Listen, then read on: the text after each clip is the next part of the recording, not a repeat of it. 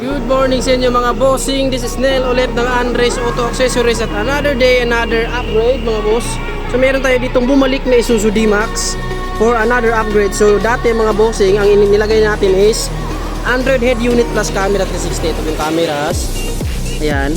So bumalik si bossing para magpa-upgrade ng headlight at fog light. So dito muna tayo sa fog light mga bossing. Kion Sondra po yan. Ito po yung flagship na LED fog lamp ng Kion Sondra. Violet projector po yan mga bossing. 3 inches diameter with high beam feature plus laser. So pwede natin isabay ang high beam nito sa high beam ng headlight. So tricolor po ng mga bossing. Meron golden yellow, warm white, and blazing white. Yan. And then sa headlight niya mga boss, ayan, hindi po ito stock headlight niya, no? Aftermarket po yan. So sa atin po pinagkatiwala yung installation mga bossing.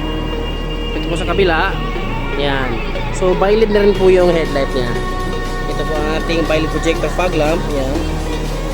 Tricolor. So ito po yung stock na headlight ng D-Max. Ito po siya, naka H4 bulb. Yan. So pang malakas ang ilaw na po talaga ang nakalagay sa D-Max ni bossing.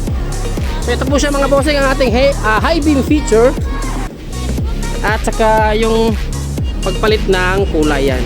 Off on lang natin yung fog lamp switch, mag-iiba ang kulay.